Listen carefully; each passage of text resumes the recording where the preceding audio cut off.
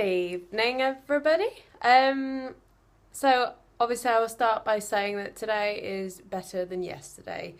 Luckily, I've coped a lot better with food and just everything. I did not sleep well. Having said that, I am very tired today.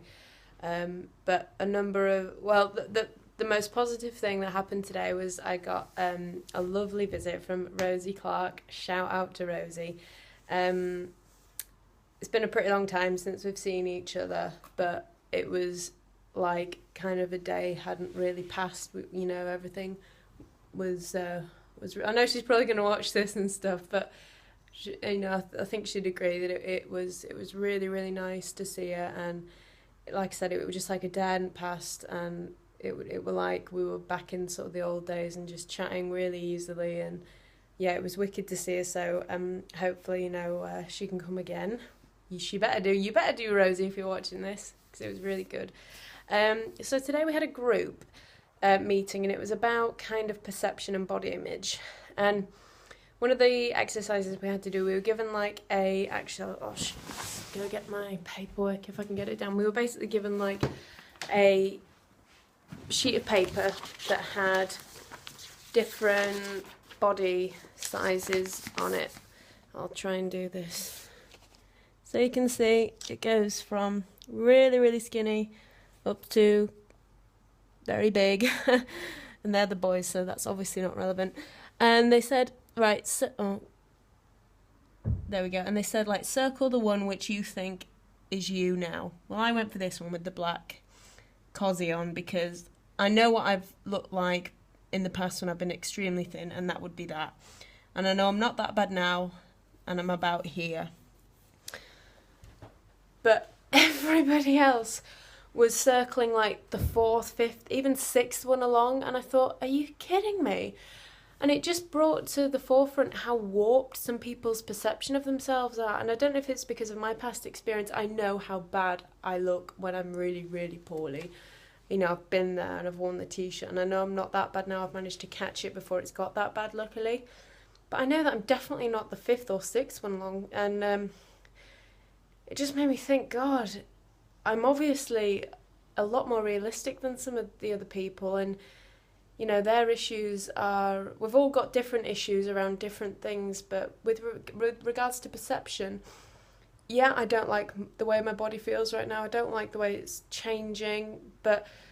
but I know it's going to happen, and I'm very realistic in what I think my body looks like now. You know, I know I'm too skinny. I know that for a fact, so that's why I'm in here. So why would they circling the fifth one, sixth ones along? But it's how they feel right now. They feel that big. So that's really sad. And then they said, like, what is your ideal body image? And so I thought, like, I've always admired people like Heidi Klum, who are like supermodels, and she's had loads of kids, but her body's always sprung back to sort of like supermodel-esque physique. And then I thought, yeah, she's pretty hot, like, yeah, definitely. But that is so unrealistic for me. I'm not 6 foot tall. My genetic makeup will not allow me to have that kind of physique anyway. No matter how skinny I get, when I'm like skin and bones, that's not sexy at all. And then I thought something more achievable for me, who I still think is beautiful and stunning, is somebody like, I guess, like Kelly Brook, or I can't think of anybody right now just off the top of my head, but somebody that's got curves and a womanly figure and who looks beautiful still, even though she's not supermodel size or supermodel toned or anything like that. And it's just about that, the weight that I'm putting on isn't... I'm touching my boobs because, like, I've kind of noticed they've got a bit bigger. Hey! And, like, my bum as well. And I thought I could freak out about these changes, or I could accept them for being, my body just going back to what it should be like in the womanly form. I'm gonna get my hips back, and the point of having hips is so you can have a baby, and looking at it that way, really. I'm never gonna be 6 foot tall. I'm never gonna have like a six pack. I wouldn't want one, but do you know what I mean? I'm never gonna have that supermodel physique.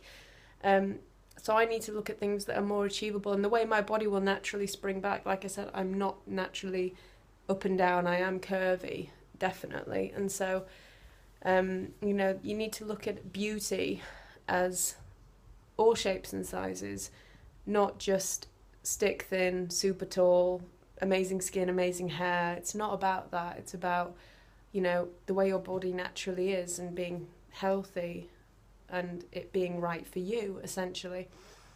And then the lady that was in charge sort of said, you know, is anybody doing any self-checking or anything like that? And everybody said they were looking in mirrors as well, which I found very kind of startling, because I'm not even looking here down. I'm just not looking. I don't want to see that yet. Because for me it's a trigger. If I suddenly look today at my stomach or anything, my legs, I know for a fact that tomorrow will be horrific, because all I'll be doing is thinking of the food going in my mouth, what it's going to do, what it's going to change, and it's going to be really difficult for me until I'm ready to start accepting my body for its new form and its new shape, which will hopefully be beautiful. And, you know, that sounds really stupid saying that, but you know what I'm trying to say? I'm trying to look at the real positives.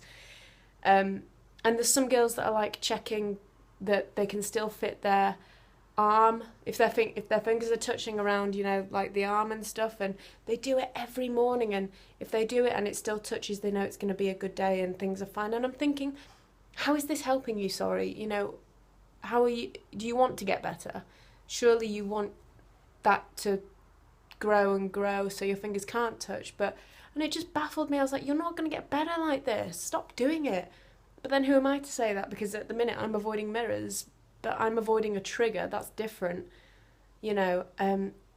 So again, these groups, yes, they're helpful, but then again, they're not in a lot of ways, because you're going to start picking stuff up that other people are doing. And then in another group we had today about, it's called the inpatient group, where you bring up your problems with other people on the ward or staff.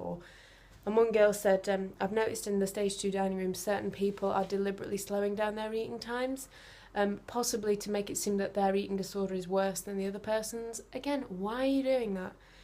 We're here to change behaviours and learn new ways of eating, and you're deliberately stopping that, or creating more problems or developing new problems. It's just...